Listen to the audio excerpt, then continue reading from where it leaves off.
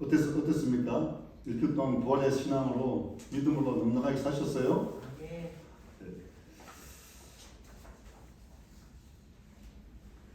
지난주 내내 부활의 생명을 넉넉하게 또 예수님의 부활의 기쁨과 은혜로 살아야 되는데 주일이 지나고 2, 3일 지나고 수요일쯤 되니까 다시 또 마음에 근심 걱정이 또 생기기 시작했어요.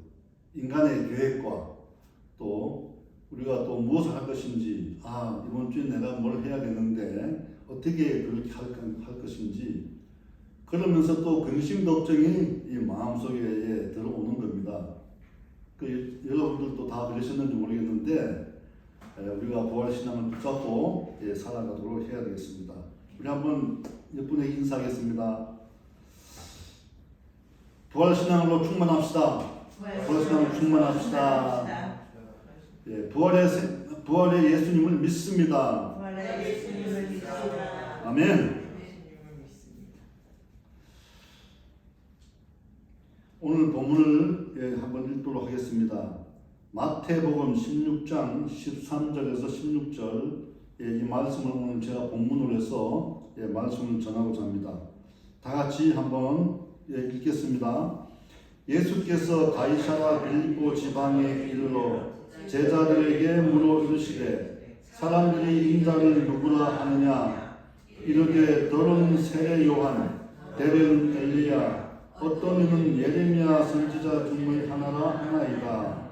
이르시되 너희는 나를 누구라 하느냐? 시몬 베드로가 대답하여 이르되 주는 그리스도시요 살아계신 하나님의 아들이시니이다. 아멘.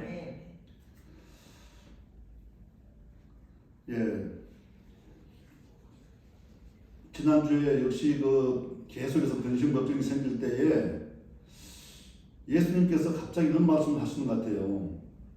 예수님께서 붙잡히시기 전에 겟세마네 동산에서 기도를 하셨지 않습니까? 기도를 하는데 기도를 계속 하다가 이제 예수님도 힘에 부치시죠. 그래서 제자들이 함께 기도하는 줄 알고 가서 봤더니 제자들이 기도를 하지 않고 다 조는 거예요. 그래서 예수님께서 뭐라 말씀하셨습니까?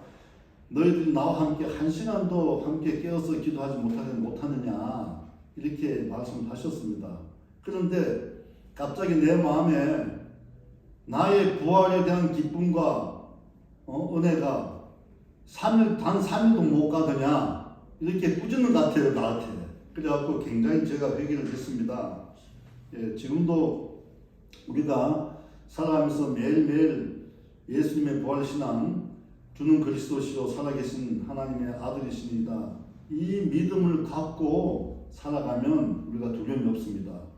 그런데 우리가 이제 기쁨을 충만해야 되는데 기쁨을 충만하려면 우리가 성령을 받아야 돼요. 성령을 받고 그렇게 해야지만 우리가 기쁨으로 살아갈 수 있습니다.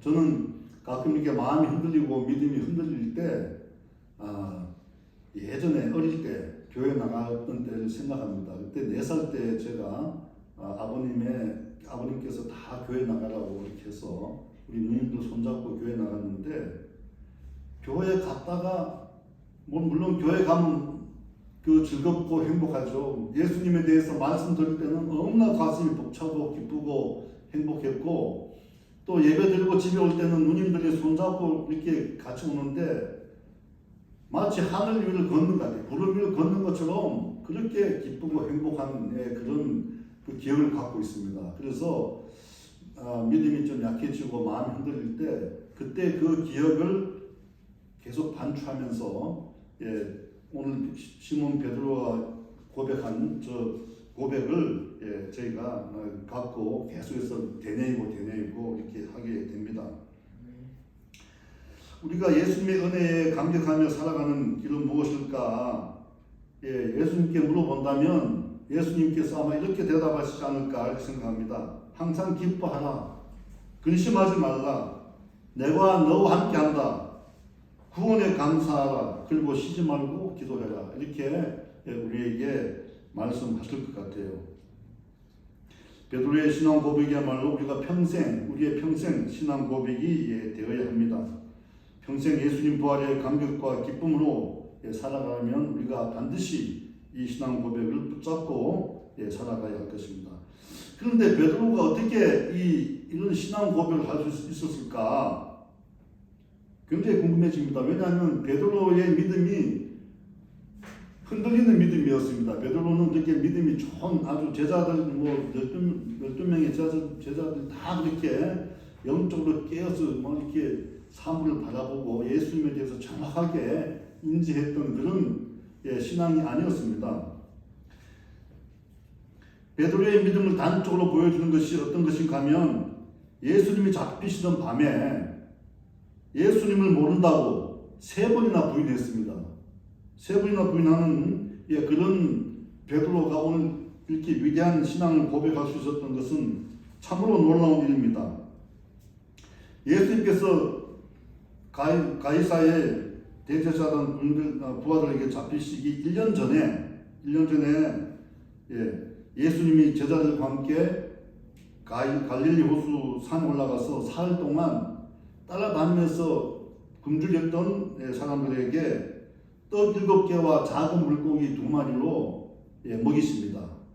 먹이시는데 그러고 난 다음에 그분들 다 흩어보내시고 제자들과 함께 가이사랴 빌립보로 이동을 합니다. 저기 이제 사진 보이시는데 저기가 가이사랴 빌립보입니다. 갈릴리 호수에서 헬몬산 쪽으로 북쪽 헬몬산 쪽으로 40km 떨어진 곳에 있는 도시입니다. 이곳에는 굉장히 많은 물이 솟아나오는 곳인데요. 그래서 요단강에 많은 물을 대고 그리고 갈릴리 호수를 가득 채우는 그런 물이 저기서 솟아오르게 됩니다. 엄청난 양의 샘물이 나오기 때문에 260km가 되는 요단강을 늘 가득 채웁니다. 유대 광야가 다 많이 마르고 하지만은 이 요단강이 있기 때문에 유대 광야의 목마름을 해소를 할 수가 있는 겁니다. 그리고 갈릴리 바다에 고기가 살 수 있도록 이 물이 솟아나는 것입니다. 출애굽한 백성들 가운데 단지파가 이곳을 점령을 해서 도시화했고 이름을 단이라고 불렀습니다. 구약시대에 이스라엘 영토를 하게 되면 단에서부터 브엘사바까지 이렇게 얘기를 합니다. 표현하는데 최북단 단에서부터 최남단 브엘세바까지 이스라엘의 영토다 이렇게 우리가 성경에 기록되어 있는 것을 보게 됩니다. 그래서 저 최북단 단지파가 점령했던 저 단이 굉장히 이스라엘 영토 중에 중요한 곳입니다. 또 이곳에는 성서 밖에 문서에서 기록되어 있는데 시리아의 텔단 문헌에서 다윗 왕조에 대해서 언급을 합니다. 다윗 왕이라는 그 문헌이 나옵니다. 그래서 성서뿐만 아니고 고대 근동의 그 지방에서 다윗 왕이라는 분이 존재했고 다윗이 굉장히 유명한 그 지역을 갖다 이름을 떨쳤던 그런 분이구나. 그렇게 역사적으로 증명이 되었습니다. 후에 알렉산더 대왕이 이곳을 점령을 해서 보니까 숲이 우거지고 물이 풍부해서 여기다가 산림과 목장의 신, 그리스의 신이었던 판신전을 세웁니다. 판신전. 그리고 이름을 파네온, 파네아스 이렇게 불려지게 됩니다. 그리고 나중에 이곳을 누가 점령하냐면 그 사람들 이슬람 사람들 점령하죠. 이슬람 사람들 점령해서 이 사람들이 피 발음 잘 못합니다. 아랍인들이 피 발음 잘 못해서 바네아스라고 이렇게 부르게 됩니다. 바네아스. 그래서 지금도 저곳은 가이사랴 빌립보로 성서에 기록이 되어 있지만 바네아스란 이름으로 불려지게 됩니다. 예수님은 이제 제자들과 함께 40km나 떨어진 저곳에 왜 가셨을까? 40km, 그 먼 거리죠. 40km는 굉장히 먼 거리인데 그것까지 왜 가셨을까? 생명의 샘이 펑펑 솟아나는 곳, 메마른 유대 광야에 목마르지 않게 넉넉한 물을 공급해주는 곳, 우상의 제단이 있지만 생명샘이 계속 솟아나는 이곳에서 예수님은 내가 메시아, 하나님의 아들로 왔다는 것을 나타내 보이시기 위해 갔다고 볼 수가 있는 것입니다. 그래서 예수님께서는 제자들에게 직접 제자들이 다른 사람들 통해 갖고 사람들이 나를 누구로 하느냐, 메시아로 하느냐 이렇게 이제 알고 싶어서 이제 물어보는 겁니다. 그래서 제자들에게 사람들이 나를 누구로 하느냐 물어보니까 이제 제자들이 스승님은 메시아입니다. 살아계신 하나님의 아들입니다. 이렇게 대답하면 좋겠는데 사람들이 스승님을 엘리야 또 예레미야 선지자 또 다른 선지자 중에 한 사람이다 이렇게 대답을 했습니다. 그러자 예수님께서 그러면 너희들은 나를 누구로 하느냐 이렇게 물어봅니다. 그런데 신기하게도 베드로가 단 1초의 몸거림도 없이 주는 그리스도시요 살아계신 하나님의 아들이시니다 이렇게 대답을 합니다. 놀라운 대답이죠. 엄청난 신앙 고백인데 그래서 이 베드로의 이 신앙 고백을 위대한 신앙 고백이라고 이렇게 나중에 성사학자들은 말씀을 하게 됩니다. 이 얘기를 들은 제자들 깜짝 놀랍니다. 아니 베드로가 이렇게 고백을 하는 걸 듣고는 아차 싶었습니다. 왜냐하면 그제서야 이제 제자들이 다른 사람들이 깨달은 겁니다. 예수님께서 기적을 일으키시고 바람과 파도를 잠잠하게 하시고 죽은 자까지도 살리셨는데 그는 하나님 아니면은 아무도 할 수 없는데 예수님께서 그 일을 행하셨단 말입니다. 근데 번뜩 생각나는 겁니다. 살아계신 하나님의 아들이구나. 그제서야 깨닫게 되고 예수님께서 메시아로 이 땅에 오셨구나 하는 것을 깨닫게 된 겁니다. 그러면 베드로는 어떻게 이런 고백을 할 수 있었는지 궁금해지지 않습니까? 제자들도 궁금해진 겁니다. 아니 베드로는 성격도 다혈질이고 급하고 고기 잡는 무식한 사람인데 어떻게 이런 걸 깨달음을 알아서 이런 위대한 신앙 고백을 할 수 있었을까? 인간 예수님으로 오신 예수님이 메시아로 오셨고 인성을 가지신 분이시고 또 살아계신 하나님의 아들이시니까 놀라운 신성을 갖고 계신 분이시고 인성과 신성을 가진 그런 분이라는 것을 고백할 수 있을 정도면 굉장히 영적으로 높은 차원에 있어야 되는데 베드로는 그렇지 않은 사람인데 어떻게 이렇게 할 수 있었을까? 그래서 베드로에 대해서 굉장히 제자들이 궁금했습니다. 제자들은 모두 다 예수님 따라다닌 지 거의 2년 동안 예수님이 많은 병자를 고치고 파도를 잠잠하게 하고 파도를 또 바람을 멈추게 하고 죽은 자를 살리시는 걸 보았지만 예수님을 위대한 선지자로 보았죠. 선지자를 보고 로마 압제에서 해방시켜줄 사람으로 보게 된 겁니다. 그런데 하나님의 아들임을 깨닫지 못했습니다. 그리스도인지 깨닫지 못했던 것입니다. 예수님은 베드로의 대답을 들으시고 너무나 기뻤습니다. 그래서 이를 내게 알게 한 이는 혈육이 아니다 이렇게 얘기합니다. 왜냐하면 예수님도 아시죠. 왜냐하면 베드로가 지식이 많은 사람도 아니고 그런데 어떻게 이렇게 알게 되느냐? 그는 예수님께 아시게 된 거죠. 하나님께서 너를 알겠다. 이건 너가 아는 것은 인간의 혈육이 뭐냐면 피와 살인데 인간의 인식과 인간의 생각 갖고는 지식 갖고는 이거 알 수 없다는 겁니다. 알 수가 없고 이거는 하나님이 아니시면 알게 할 수 있는 방법이 없다. 이렇게 이제 말씀하시는 겁니다.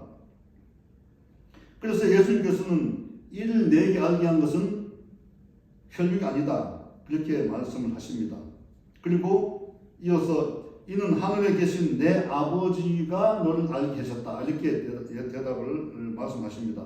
마태복음 16장 17절을 우리 한번 다 같이 합독하겠습니다. 예수께서 대답하여 이르시되 바요나 시몬아 내가 복이 있도다. 이를 내게 알게 하는 혈육이 아니요 하늘에 계신 내 아버지이시다.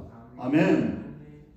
우리가 하나님께서 우리에게도 이런 깨달음을 주셔서 평생 살아가면서 예수님을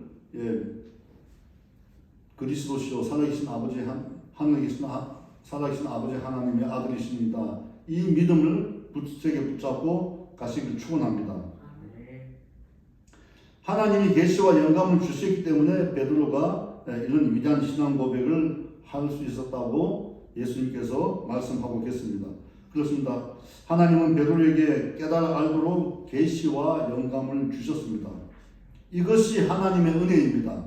우리에게도 하나님께서 매일 또 매사에 어려운 문제가 닥쳤을 때, 또 근심 걱정이 있을 때 계시와 영감을 주셔서 그 모든 문제를 해결할 수 있는 지혜를 주시기를 축원합니다.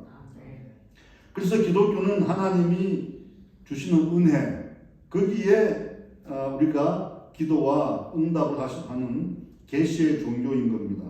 하나님께서 그런 은혜를 주셔야지만 우리가 흔들리지 않는 믿음의 생활을 할 수가 있습니다. 여러분 살아가면서 하나님께서 저와 여러분에게 영감을 주고 계시를 주시는 은혜가 있기를 소망합니다. 지금 우리가 예수님은 하나님 아들이시라고 고백할 수 있는 것은 성경에 기록된 것을 보고 계속해서 우리가 그 말씀을 묵상하고 읽고 기도하면서 그 말씀이 살아서 나의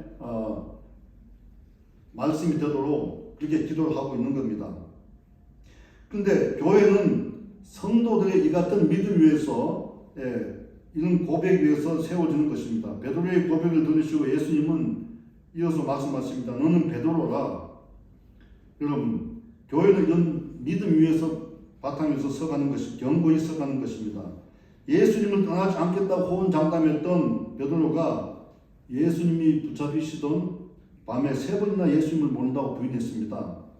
이처럼 모든 인간은 아주 연약합니다. 연약하고 여러분과 저도 마찬가지입니다. 그러나 하나님이 은혜를 주시면 우리는 담대하게 이런 신앙 고백을 할 수가 있는 겁니다. 흔들리지 않는 믿음으로 살아갈 수가 있는 겁니다. 베드로의 고백을 들으신 예수님께서 놀라서 바요나 시몬아 내가 복이 있다 그렇게 말씀하셨습니다. 그리고 또 이어서 또 내가 내게 이르노니 너는 베드로라. 내가 이 반석 위에 내 교회를 세우리니 음부의 권세가 이기지 못하리라. 이렇게 18절에 말씀을 하셨습니다. 우리 한번 합독할까요? 또 내가 내게 이르노니 너는 베드로라. 내가 이 반석 위에 내 교회를 세우리니 음부의 권세가 이기지 못하리라. 아멘. 그렇습니다. 베드로는 이 고백 한마디로 수제자의 위치를 확고히 다졌습니다. 그리고 교회를 세우는 근거를 제시를 했습니다. 예수님은 이 믿음의 고백 위에 교회를 이제 세우겠다고 말씀하셨는데 곧 주는 그리스도시요 살아계신 하나님의 아들이시다는 그 말씀 위에 교회를 세운다는 것입니다. 여기서 예수님이 지칭한 베드로는 페트라, 그 히브리어로 페트라라고 합니다. 페트라는 굉장히 산을 바칠 만한 엄청나게 큰 안반을 페트라라고 부릅니다. 이는 여성 명사로 사용됐는데 굉장히 큰 안반을 의미를 합니다. 우리 천주교 가톨릭에서는 이 반석을 그냥 페트로스라고 부르는데 이 베드로의 인격 위에다가 교회를 세운다. 이렇게 해석해서 베드로가 초대 교황이니까 교황권을 확고히 하기 위해서 베드로의 인격 위에서 교회를 세운다고 이렇게 해석을 하고 있습니다. 그러나 그 해석은 우리 개신교하고 좀 다릅니다. 개신교는 주는 그리스도시로 살아계신 하나님의 아들이시다 하는 이 고백, 이 믿음의 고백 위에 교회가 세워진다고 하는 겁니다. 그래서 지금도 교회를 에클레시아라고 하는데 이거는 교인들의 모임입니다. 이 믿음의 고백을 하는 교인들의 모임이 교회다. 이렇게 우리는 해석을 하고 있는 것입니다. 결국 교회는 그리스도이신 예수, 살아계신 하나님의 아들이신 예수님 위에 세워지게 되는 것입니다.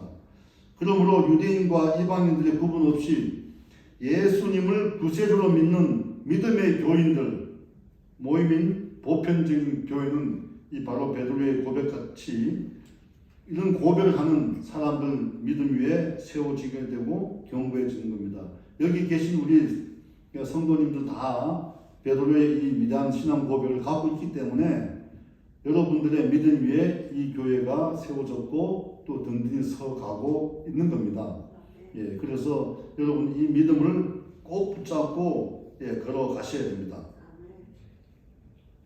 기독교 2000년 역사에서 베드로의 이 고백을 신앙으로 고백하는 수많은 사람들에 의해서 많은 교회가 세워진 것을 우리가 보게 됩니다. 오늘 이 베드로의 고백이 이 순복음 구례교회 모든 성도님들의 신앙 고백이 되기를 축원합니다. 그런데 예수님께서 승천하시기 전에 제자들에게 또 다른 보혜사를 보내주겠다. 이제 예수님께서는 부활하시고 승천하셨기 때문에 이 땅에 없습니다. 예수님이 계실 때는 예수님께서 깨닫게 하시고 가르치시고 또 모든 문제를 해결해 주셨는데 예수님께서 승천하고 난다면은 누가 가르쳐 주고 제자들과 함께 있어야 되고 믿음의 사람들과 함께 같이 계셔야 되는데 예수님께서 그래서 승천하시면서 말씀하십니다. 내가 또 다른 보혜사를 보내주겠다. 그렇게 말씀하십니다. 사도행전 1장 4절을 한번 다 같이 합독하시겠습니다. 사도들과 함께 모이사 그들에게 분부하여 이르시되 예루살렘을 떠나지 말고 내게서 들은 바 아버지께서 약속하신 것을 기다리라. 요한은 물로 세례를 베풀겠으나 너희는 논문을 못되어 성령으로 세례를 받으리라 하였느니라. 아멘. 예수님께서 지상에 계실 때는 직접 제자들과 사람들에게 가르치시고 알게 하셨지만 그들의 문제를 또 해결해 주셨지만 승천하신 이후에는 예수님께서 직접 관리하지 못합니다. 그래서 제자들에게 또 믿는 사람들에게 마귀의 시험에 들지 말고 또 유혹에 넘어지지 말고 든든히 믿음으로 서갈 수 있도록 내가 다른 보혜사를 보내주겠다. 그렇게 말씀하신 겁니다. 하나님과 예수님 자신이 보내주는 성령, 이제 그 성령께서 사람들에게 믿음을 주시고 회개할 것을 도우시며 특별한 감동과 계시로 깨달음을 주시는 것입니다. 이제 우리에게는 이 성령을 받아야지만 베드로처럼 그런 위대한 신앙 고백과 예수님이 지상에 살아계시지 않지만 우리는 성령과 함께 동행하면서 그 일을 우리가 행할 수가 있는 겁니다. 믿음이 강해지고 또 회개할 것은 그 성령께서 도와주시고 말할 수 없는 탄식으로 우리의 기도를 도와주시는 겁니다. 로마서 8장 25절에서 27절에 보게 되면 26절에 보게 되면 이렇게 기록이 되어 있습니다. 다 같이 합독하겠습니다. 만일 우리가 보지 못하는 것을 바라면 참음으로 기다릴지니라. 이와 같이 성령도 우리의 연약함을 도우시나니 우리는 마땅히 기도할 바를 알지 못하나 오직 성령이 말할 수 있는 탄식으로 우리를 위하여 친히 간구하시느니라. 아멘.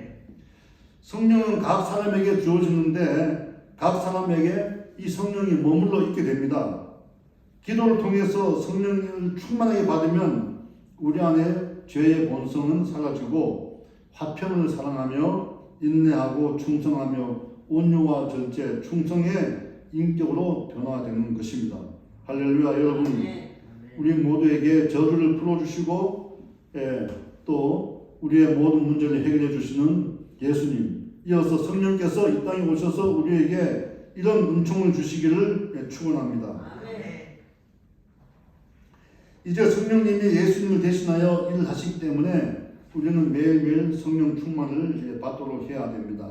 성령님께서 하시는 일은 우리에게 지혜와 총명과 지식을 주시고 또 가르쳐 지키게 하시며 우리를 위하여 친히 간구해 주시는 겁니다. 오늘 순복음구례교회 성도 여러분, 오늘 성찬 예배 참석하신 여러분께서 이 베드로의 신앙 고백을 항상 마음에 새기고 예수님이 부활의 생명으로 넘치도록 채워주실 것을 매일매일 기도하십시오. 기도하시고 예수님과 함께 있으면 아무런 문제가 없습니다. 우리가 든든히 서갈 수 있습니다. 어떤 유혹이 와도 넘어지지 않고 어떤 문제가 와도 어떤 시험이 와도 넉넉히 견딜 수가 있습니다. 예수님과 함께 계시면 자신감과 기쁨의 찬송이 우리에게 넘치게 될 것입니다. 세상의 어떤 권력과 세상의 어떤 것들이 재물이 우리를 갖다가 평안하게 만듭니까? 우리에게 무슨 지혜를 줍니까? 오직 예수님만이 우리에게 지혜를 주십니다. 그 예수님께서 보내주시는 성령 충만을 받고 우리가 믿음으로 굳세게 서서 이 힘든 세상, 어려운 세상을 행복하게 살아가기를 예수님 이름으로 축원합니다. 잠시 기도하겠습니다. 주님 아버지 감사합니다. 오늘 아버지